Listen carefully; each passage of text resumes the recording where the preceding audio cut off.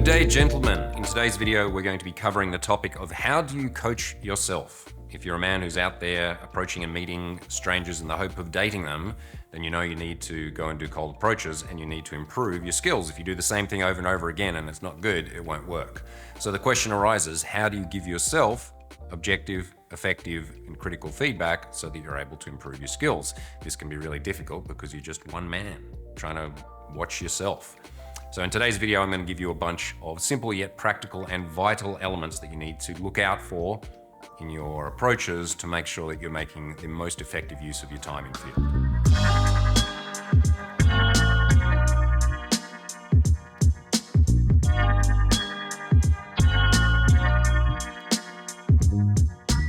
So, question from the audience. Yo, James and crew. You recommend to do at least 12 approaches weekly and then evaluate them. What are the criteria you're looking out for when evaluating your approaches? So this is a very relevant question. It looks at the idea that yes, you need a certain volume of experience to get good at seduction, dating, day game. And at the same time, you need to be able to make adjustments and improvements on the way in order to make sure that you're not just repeating the same mistakes over and over again, because that can be a problem for guys when doing approaching. Just the action of going and bowling up to hundreds of strangers won't necessarily create improvement. If you are making fundamental, basic beginner errors in terms of your delivery, your intent, your timing, the way that you're running your strategies for seduction, then you can go through experience of doing this for months and possibly years and not really get anywhere. So it is really important that you know what you're looking out for in order to be able to make improvements. But first, let's address this idea that you need to do 12 approaches every week. I may have said that exact number at points. I know I've said meet a girl every day, something like this. And yes, this is my general rule for a specific phase in your life. I'm not saying that for the rest of your life, you need to be going and approaching women every single day from now until the day you die. You can think of this like an apprenticeship period in your life, where you gather a certain level of competency and skills in a vocational area so that you can then use it and create effects. You don't necessarily need to continue to upgrade your skills indefinitely like me, it just needs to work. So the question of how many approaches do I need to do really comes down to bulk and quality of social impressions that you have in your life. Some guys don't need to do this because they were socialized with women in other ways. They were in social circles that had mixed genders, they were in workplaces where there were girls around, they partied a lot, they had extensive social networks where they were interacting with women in all sorts of different ways. And so they intuitively learned how to be chill around a woman, how to project their intent, how to go for what they want. Doesn't necessarily mean they were the most effective seducers, but they had enough of these impressions that they could develop the confidence and the skills to create effects. But the reality, like it or not, for so many men is that they just didn't have that. They didn't have girls in their family or in their social circles. They are involved in hobbies and workplaces where they are primarily around men. They didn't go out and party, they weren't cool in school, and so they just didn't get the chops up. The average, let's say, relatively sociable, cute girl gets trained in the aspects of seduction and flirting and understanding how to deal with men by being a young, cute girl, right? If she's doesn't have social anxiety and she's out there in some capacity, going to whatever, parties, events, classes, social events of all types, she's going to get all sorts of social impressions come to her because men are inevitably going to try and hit on her. And so she socializes in this way. And so by the time she's whatever, 19, 20, 21 or something, often she's already really versed in this area of life. And for so many other guys, this just doesn't happen. It's through the use of tactical cold approach that you can rapidly catch up. You can take a period of, let's say, a couple of months, if you hit it hard, where you can go out and decide that, yes, I'm going to meet 7 to 10 to a baker's dozen worth of cute girls every single week until I'm at a point where I'm competent enough to make some of those girls say yes to going out with me and then some of them to say yes to coming home with me, and then I can create whatever types of relationships I want to have in my life. And when I've reached that point, cool, it functions, it works, it's good enough, and then I can put it in my back pocket and use it again in the future when needed. So yes, you are going to need to go out and meet women more or less every day if this is new for you, if you don't have other areas which are drawing women into you through your extended social circles consistently and single ones, then yeah, you're going to need to go and do this more or less every day until you got it done. So assuming that I've convinced you that this is a necessary thing to do, I mean, the horrible reality is most men don't ever do this, or they do it once in a while, which is the equivalent of doing anything once in a while. I go to a dance class and I do 3 dance moves, and then I walk out again and I come back 3 months later. I'm very unlikely to ever be able to actually dance. I'm going to need to hit it consistently for, perhaps a short, intense period of time till the point where, yes, okay, I've gotten through the beginner's hell. Now I can do the foxtrot, and then I can add all the fancy moves later if I wish to. Which brings us to the topic of today, which is how do you make sure that this approach time is an effective use of time? How do you actually give yourself feedback? How do you become your own dating coach? Before I get onto that, the simplest and most surefire way to improve your skills with women is to outsource the dating coaching to myself. So if you'd like to come and be trained by the world's best when it comes to day game cold approach of a natural style, then you should take advantage of the fact that I've got a workshop coming up in Budapest from the 27th until the 30th of April, and there is literally only one spot left. So this is a small group with myself, Alex and Shay. We'll be taking you around the streets of Budapest, making you approach many women and giving you extremely fine-tuned and personalized feedback to make sure that every approach leads to an exponential growth. So if you'd like to find out more about that, click the link into the description, get on a call with Alex, and hopefully we'll see you on the streets of Budapest soon. There are literally dozens of elements that I'm looking for when I'm listening in to a guy when he's in field. So I'm watching the way that he is in terms of his presence, his charisma, his body language, his use of tonality, timing, his delivery, the content of his conversation, how he's leading it from hello through to trying to move things to a date and so on. So there are many, many areas to look out for. And it can be really challenging to do this yourself because it's not easy to both create and analyze at the same time. And the approach essentially is improvisational creation, right? So I'm going in there and creating a conversation and hopefully getting into some kind of flow state where we have a good vibe. At the same time, I'm trying to, especially in the beginner's stage, trying to monitor myself to be able to have a bird's eye view and be thinking and making adjustments in real time. Not easy to do, but it can be done. Firstly, we want to break this down into the key areas that you're trying to improve. Broad scope, they would be the technical abilities, so what it is that you're saying and doing, and then your internal state, your inner game, your mindsets, how it is that you're carrying yourself, the state that you're in, and the way that it is that you're self-talking and critiquing yourself. If we look at the basics of maintaining a positive mindset whilst going about this, it is really important that you have some kind of processing tools to get through the inevitable hardships that you're going to be going through. It's difficult to approach women not necessarily technically, because really, if we break it down in terms of the scripts or the things that I say, they're relatively simple. Yet so many men never do this, not because they can't figure out a complicated set of sequences and things to do, but because of their feelings, because of the fact that they don't want to face rejection, or they don't want to feel awkward, or they don't want to be in embarrassing situations. And so they tend to talk themselves out of doing this, or if they do it, then they're a shitty dating coach to themselves because they're giving themselves really harsh feedback. So in order to have solid enough internal foundations that you are going to make sure that you actually do this and that you can process the process afterwards in a way that's effective and positive, you want to bookend it and look at, okay, what is my mindset going in to an approach and what is my mindset coming out of one?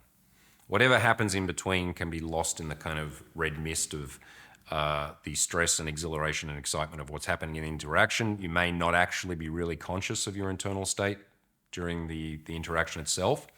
But to make sure that you actually go into them and that you don't carry any negative residual feelings afterwards, it's good to have strategies to work through this. So going in, the simple thing that I have always done and taught guys to help propel them to go from I'm here going through my rat maze, not interacting with people, to I'm going to step out, break these threads of inevitable fate and create new ones and actually start a conversation, is to feel your feet on the ground and to keep one simple intention in mind. I'm going to meet you and I'm going to be friendly and warm and fun.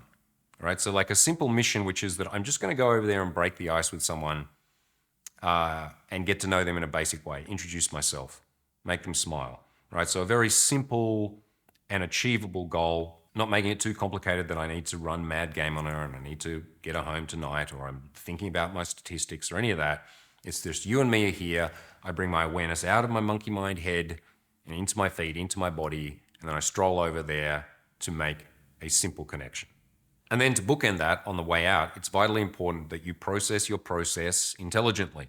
So often, especially if it didn't go well, it was cringe in some kind of way, you got blown out, you're a bit embarrassed, you ran out of things to say, she went, yeah, or gave you some funny look, told you to go away in some kind of way. It's easy to walk out of that and be a bad coach to yourself. And this is commonly what guys will do, is they'll walk out of an interaction like that and the first impulse is to beat up on themselves or maybe to project it onto the woman.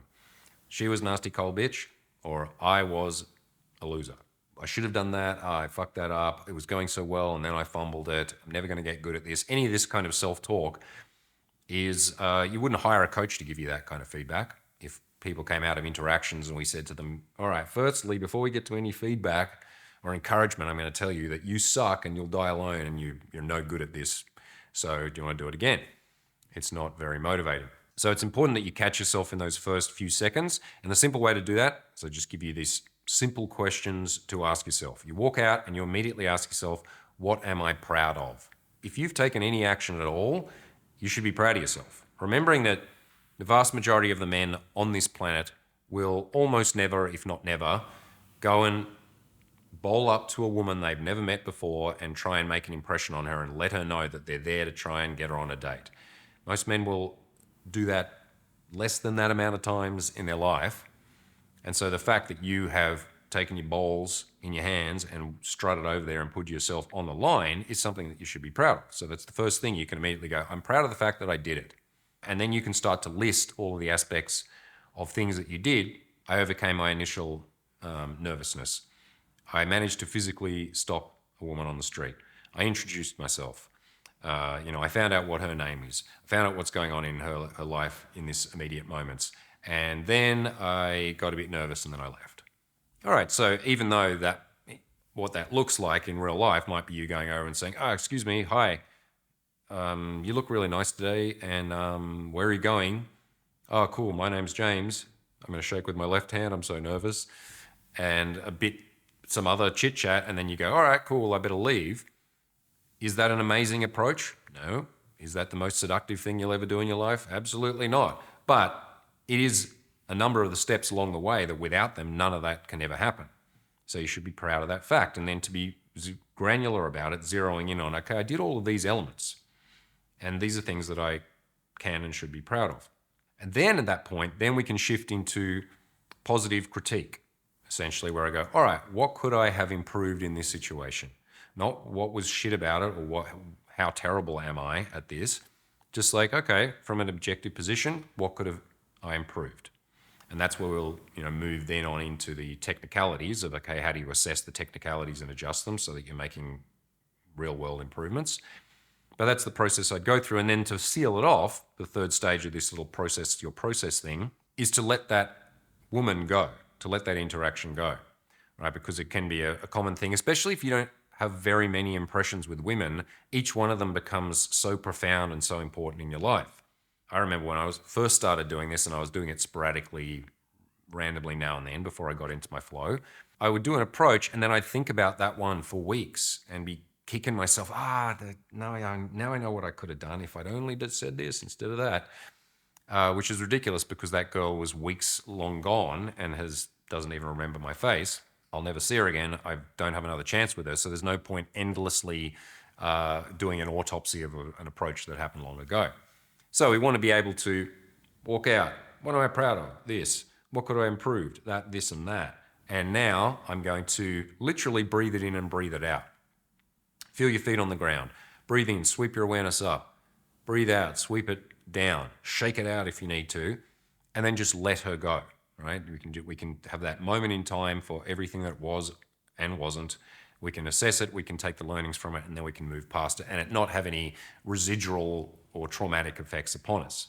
All right, so that's your little inner game hack to make sure that you're processing your process effectively. And now let's look at the technical aspects. As I said before, there are literally dozens of things that I'm looking out for when I'm listening in on the microphones to a student and taking notes. in terms of the exact decisions, points he made in terms of where he took a conversation or how he responded to a reaction that she gave him, or the minutia of body language. There's so many things to critique, but here are some of the foundational, especially common mistakes that guys make that you can actually address and you can be aware of. Now, in order to do this, I highly recommend you get yourself one of these. Don't care about what brand it is, and not sponsored, but get yourself an MP3 recorder and record your approaches, because these are high intensity moments, especially when you're new at it, right? It gets your adrenaline pumping. You have a level of stress going on in your body that means that often it's kind of wiped when you walk out of it. You'll come out of an interaction and trying to remember exactly what was said at what point, or the way that you delivered things, or how you responded to something she said, and so on. Most people are not going to be able to create, analyze, and remember all of that stuff, and then to be able to be actually objective about what could have improved. When you put it on wax, when you record it, then you have the luxury of going away, sitting down and listening to it and going, oh, okay, that's what it actually sounded like in those interactions. Some guys will say, well, why don't I just use my phone and just connect a wire to that and have it poking over my thing? Sure, go ahead and do that, until the very awkward and possibly destructive moment when you ask for the girl's number and then you pull out your phone and it has a big record sign on it, and you're like, oh, that's just me recording my interaction so I can go home and listen to it later. So do you still want to get coffee? So I wouldn't recommend using your phone for this. Get a dedicated MP3 player. They last for dozens of hours.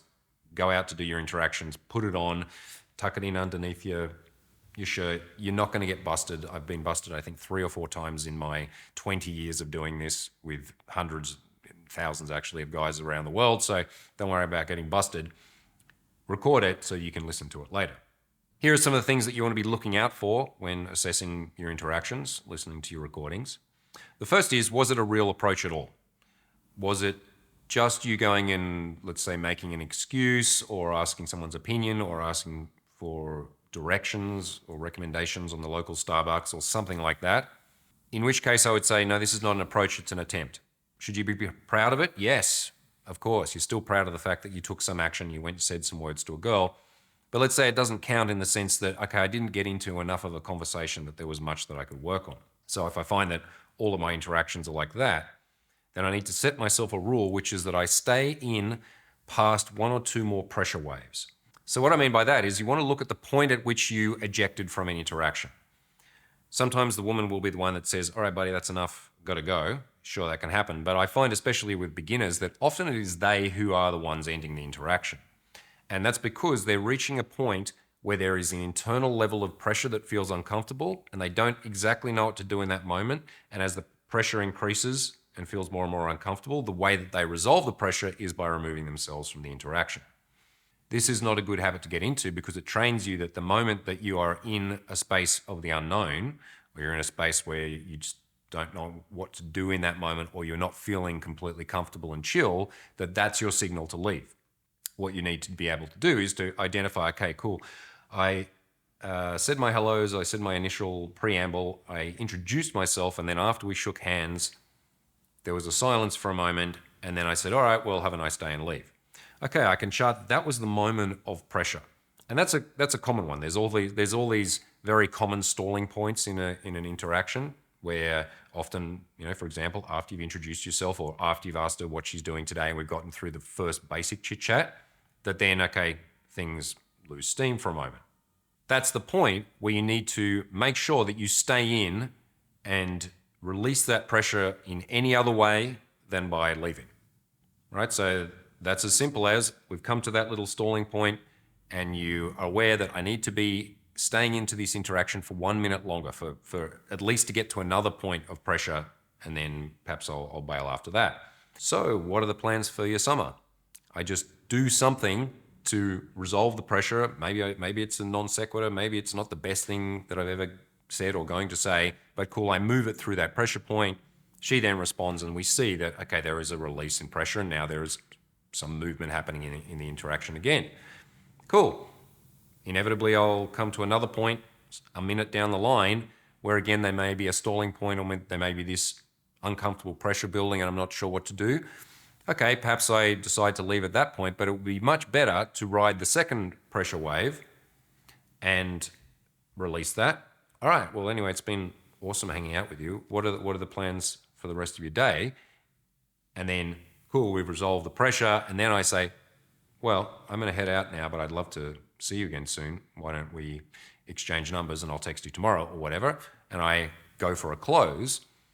Cool. Then I've started to work on solving this problem of like every time I reach a slight resistance point, I bail. Instead, I know that, okay, this is an inevitable part of interactions. There are these waves of pressure and release. There are these parts where things just flow and things are functioning and we're both chatting. And then there's these awkward drops. And it's your job as the primary communicator to navigate you both through those little impasses to get back into the flow of conversation. If you're training yourself to bail every time you reach those pressure points, then you will continually do that. That will be literally an anchored signal for you to be like, oh, my time's up now. I'm done here because I just don't know what to say in this 1 second. And now it feels a bit uncomfortable, so I better leave. No, chart the pressure point, ride that wave at least one more time. Try to make it 2. And then when you are actually going to leave or eject, of course, go for a close first if that's at all appropriate, or even if there's a chance. And then excuse yourself. Cool, you are becoming a navigator of these pressure and release waves that are inevitable in all conversations. The next thing to be analyzing when you're listening to your own approaches is your delivery. So less about exactly what it is that you said, but how it is that you've said it. The most common beginner's mistakes and the things that screw up initial conversations for guys that I'm coaching has much less to do about the things that he said, right? His choice of words, as opposed to the impression that he gives across through his delivery. So the simple markers that you can be looking for in terms of how am I speaking is firstly speed. Are you speaking at a pace that is noticeably faster than the woman? And most of the time, from the thousands and thousands of approaches that I have observed, this is the most common case. The guy is talking 2 times as fast as a woman. And what this has the effect of doing is tripping the guy up, right? Because he doesn't have time to think. It creates tension and speed, right? So there's this immediacy of like acceleration, which is not what we want in seduction. And most importantly, it breaks the rapport between you and another person. If you're in deep rapport with somebody, you are typically talking at a similar pace. Now, you both might be really excitable and chatting and speaking at a mile a minute, and so you are talking fast, but the speeds match. But most of the time when you're approaching a stranger, that's not what's happening. She's speaking at a normal chill pace, and the guy's trying to rush to get this done. Right? So he's got this feeling inside that I've got to rattle out as many words as I can to try and convince this woman to stay, which paradoxically often makes her want to leave, because having someone come up to you and do a speedy sales pitch on you is not the way that you're going to be convinced to buy their product. It's by them coming up and creating some rapport and chilling out with you and getting to know you and giving you a compliment on your jacket and then gradually introducing their product and going, have you heard of Amway? In the same way with seduction, we want to be moving at a pace that is relaxed for both of us and has space, because so much of seduction happens in between the words. It is the look, it is a touch, it is a moment's pause where I put a little bit of pressure on the woman and then I hold the pressure, and then that allows her to bring out something and invest more in the conversation and so on. So be aware of that. Are you speaking too fast? And then you might have to drill yourself to, like when you're then pinpointing and going back into your interactions, to zero in on one thing. Okay, in this interaction, I'm going to focus just on speaking really slowly. And will that come out sounding bizarre and robotic? Maybe, can do, but that might be a phase that you need to go through to actually slow yourself down. But you'll probably be surprised that when you then re-listen after that, you'll think that you were speaking at some glacial, extremely slow pace, but really you've just backed it off 20% and now it's closer to what it actually should be. So, number 1, looking out for the speed of your speech. Next, very importantly, is looking at the concept of clipping. So this is a common one I see with most students when they begin.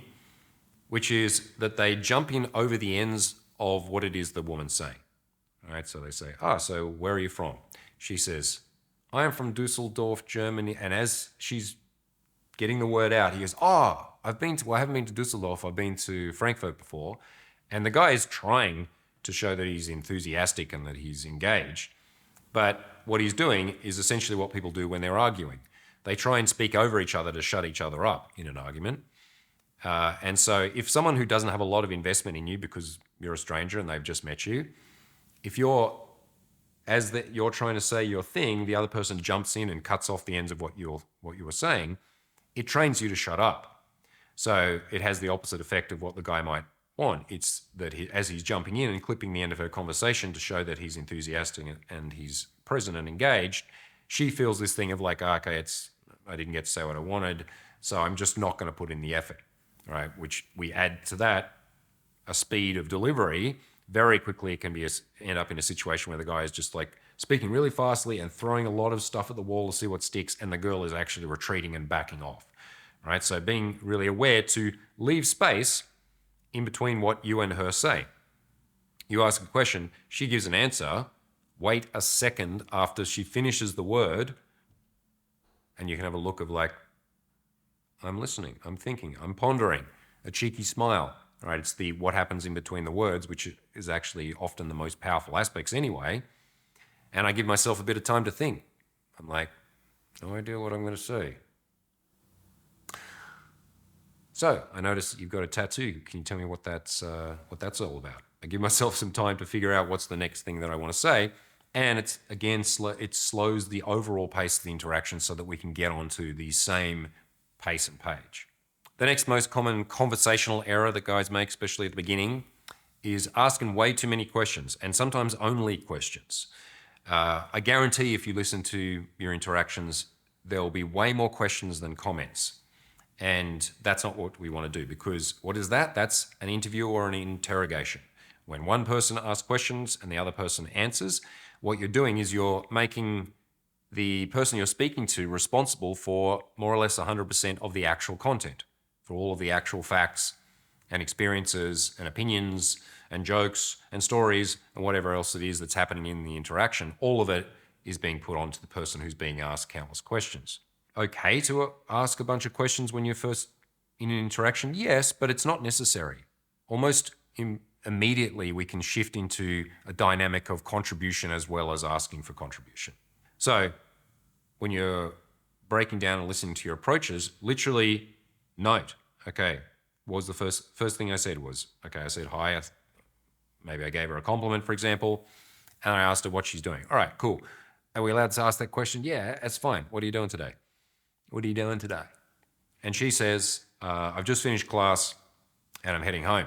At this point, we have the choice to pepper her with a bunch of other questions, which would be the natural impulse for a lot of guys. Okay, she said she's coming home from class, so I'll ask her which university she's going to, what she's studying, what class did you just have? Could I ask that? Yeah, sure. Those are not illegal questions, but now I've set myself up on this question train to nowhere. And it's such a predictable question because she's given base fact and I've just gone to, okay, the most basic correlation about what does she study or where does she do it? And now she knows immediately that she's in a predictable conversation. She's had these types of conversations with guys before, unless she really likes the look of you or she's really, really single and really wants a man. Probably she's going to register that as this is a boring conversation straight up. So to break that up, what you want to do is, and you can do this in your kind of conversation autopsies, you can start looking at these as roadmaps of like, there was a crossroad at that point, and I had a choice to take the obvious move, which was to ask another question and a predictable one at that. And I did, okay, that's what I did. Not going to hate myself for it. What else could I have done? Well, I could have made a comment. Even from that base level of information. She says, I've just finished studying, I'm heading home. I could then say what I'm doing, whatever it is. Well, I just took my pheasant to the vet to get his eyeball drained, and now I'm going to go and watch some comedy to get that out of my mind. Whatever it is that I happen to be doing today. Or I can comment about her. it looks like you had a pretty long day. You're going to go and pamper yourself now and enjoy the rest of the afternoon.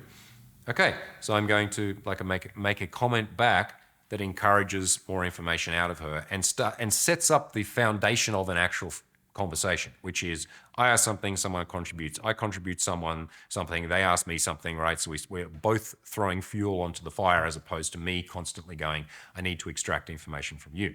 So note that, and you can even write down how many questions in a row did I do. I did 3 questions and then I gave 1 base level comment. She asked me a question and I gave her only the base level information. Right, so that would be the next thing that I would be looking at in terms of my conversational content. When I'm presenting something about myself or I'm finding something out about her, am I dealing solely in facts or am I getting to feelings and motivations and opinions as well? I mean, a lot of conversations that we have day to day are solely related to facts. We're learning something from somebody. We're dealing with a transaction in a shop. We need to find out a piece of information. A lot of the time we are solely dealing with facts and figures, things that are immediately practical because that's the function of the conversation. But that's not a seductive conversation, right? That's just a practical conversation for making something happen in the world or for sourcing a piece of information that's completely impersonal.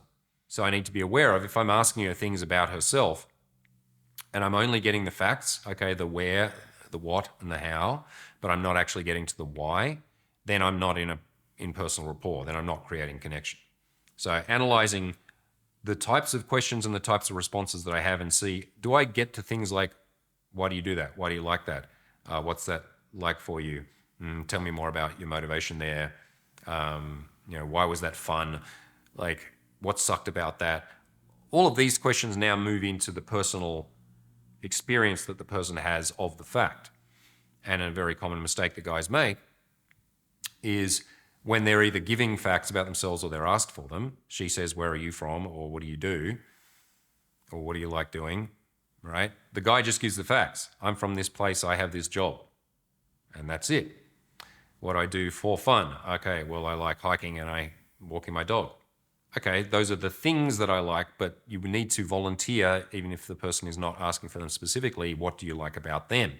I love hiking in nature because it really helps me clear my head, and spending time with my puppy is amazing because he's just full of unconditional love, and I get to feel like I'm the most important person in somebody's life.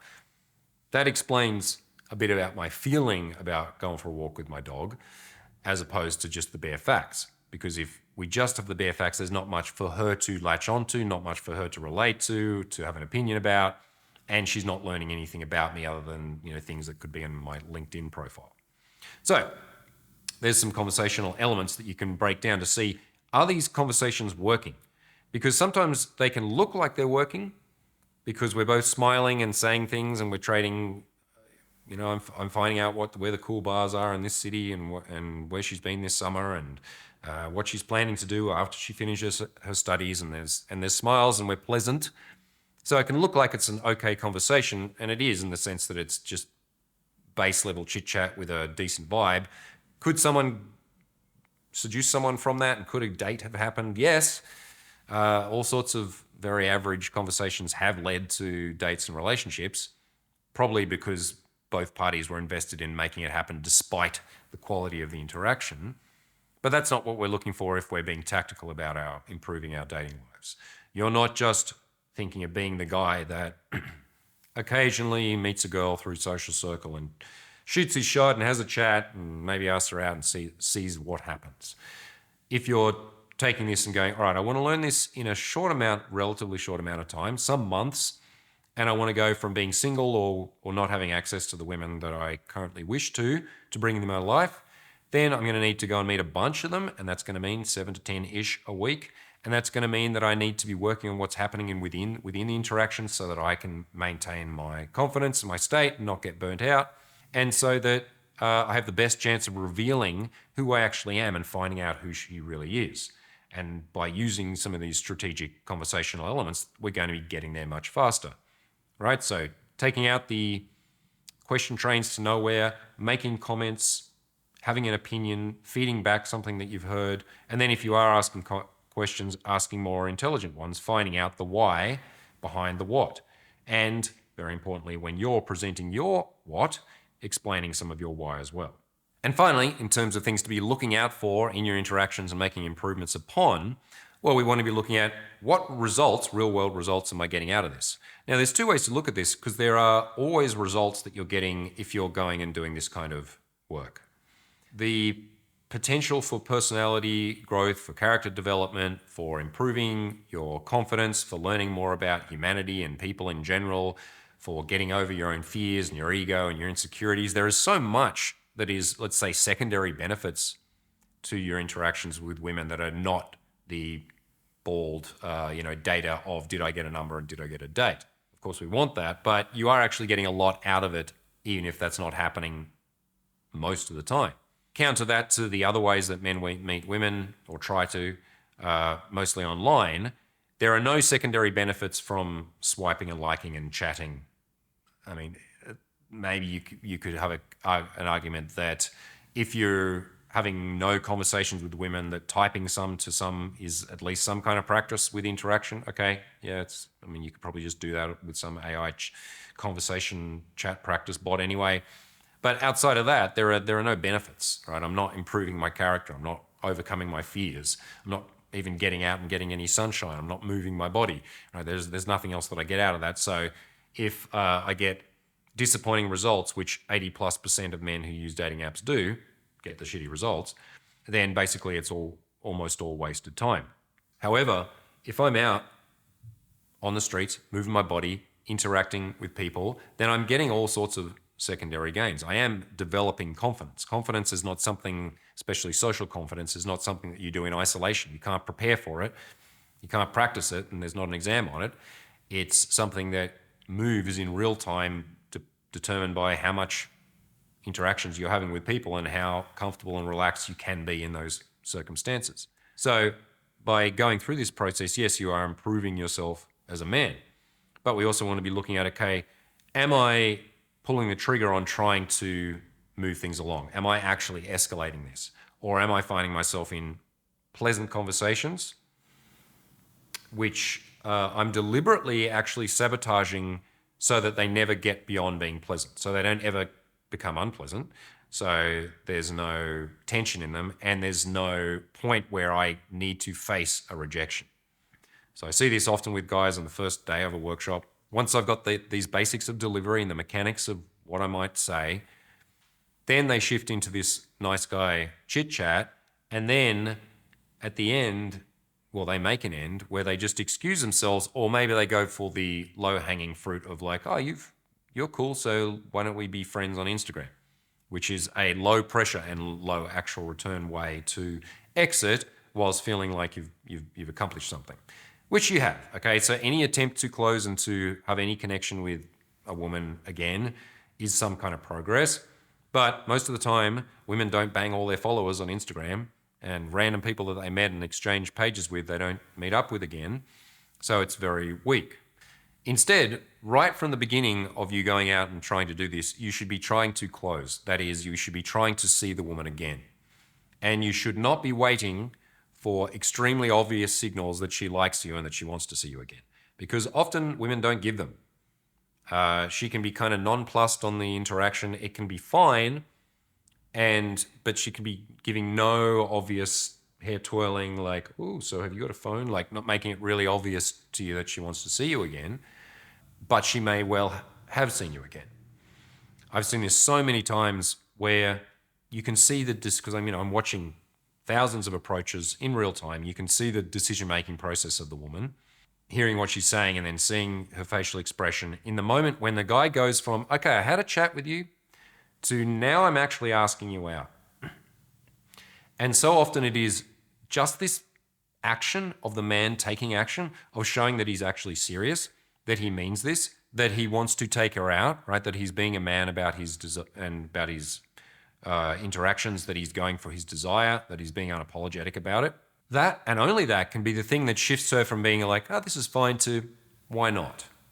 Right? Okay, I'll give him a shot. Or, oh, I didn't know we were flirting and he's asking me out. Yeah, okay, I'll go out with him.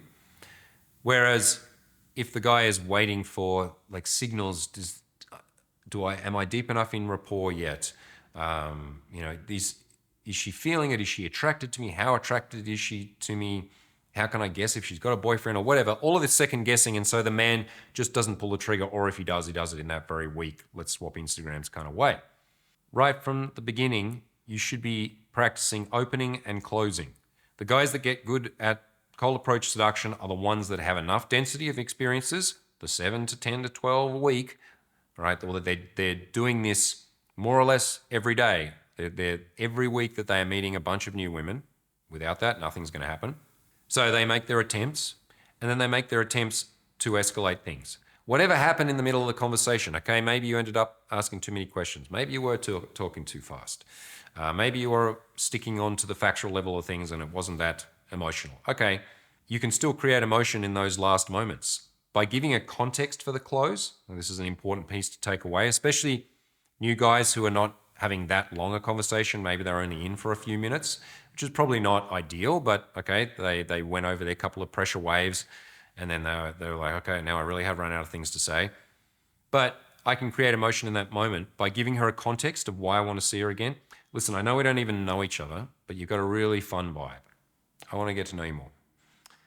How about you give me a number and let's go for a walk or grab a coffee tomorrow? That's a request, a ballsy, manly request to see somebody again.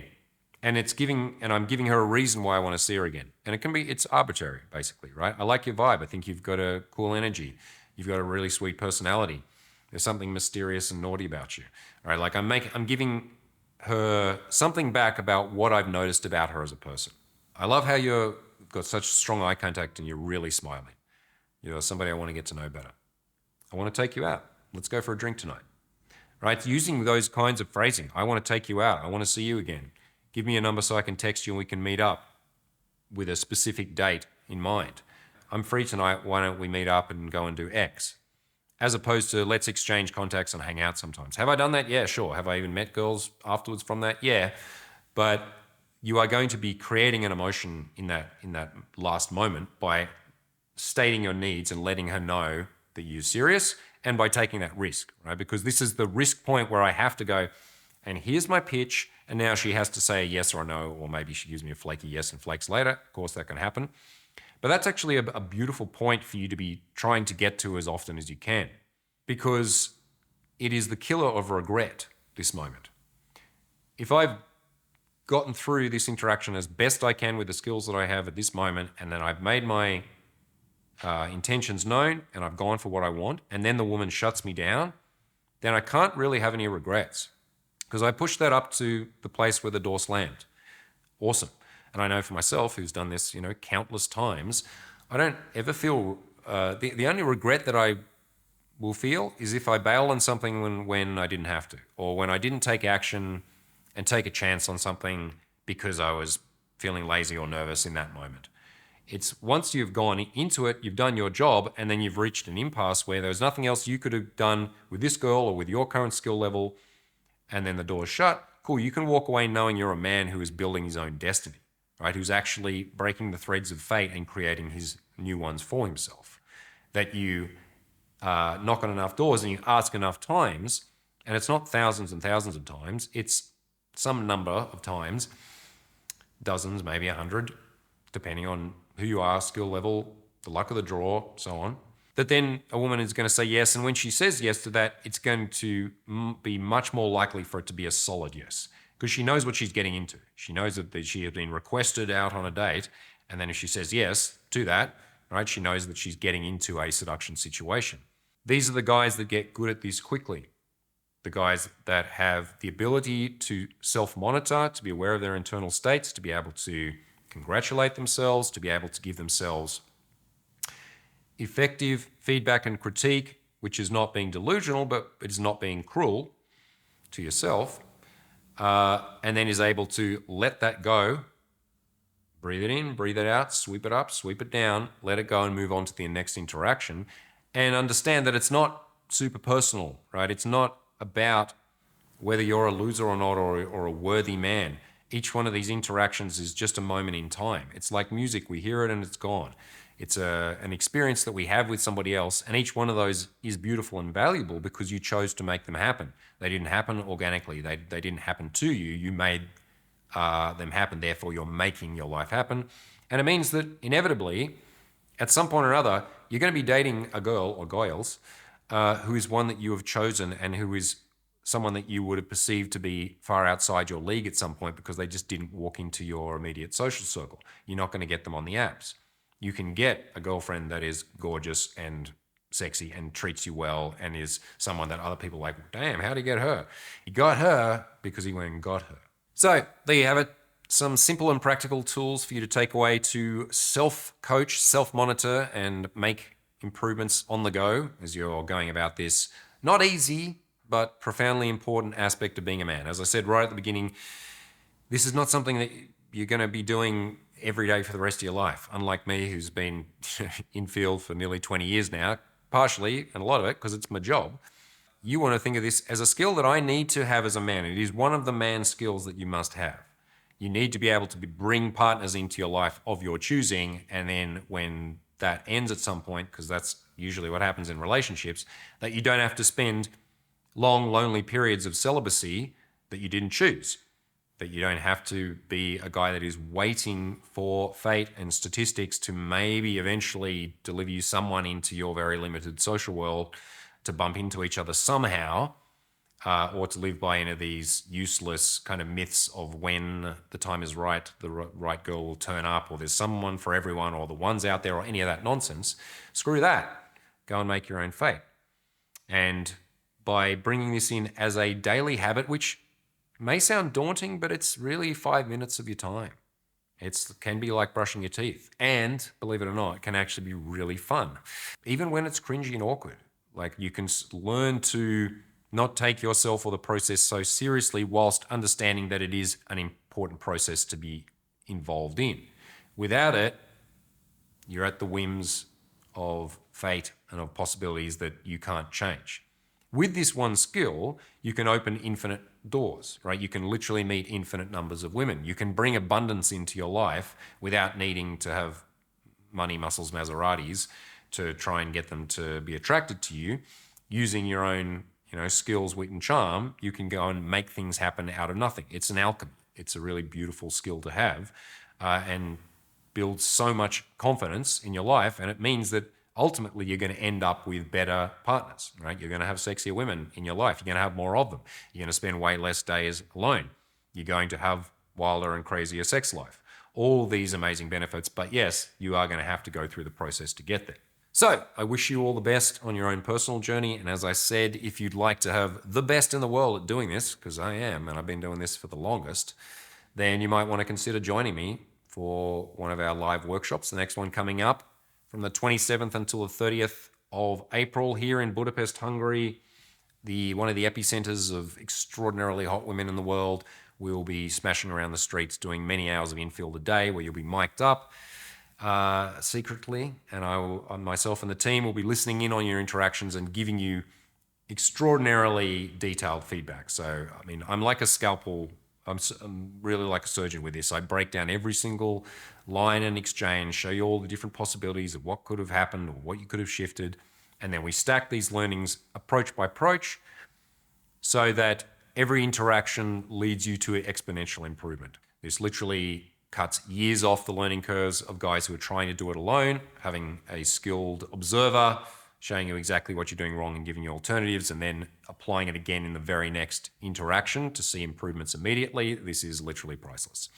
So if you'd like to join us, you can click the link below, get on a free call with Alex. You can talk about your current dating situation, get some free advice, and possibly take the last spot and join us for the adventure of a lifetime here in Budapest very soon.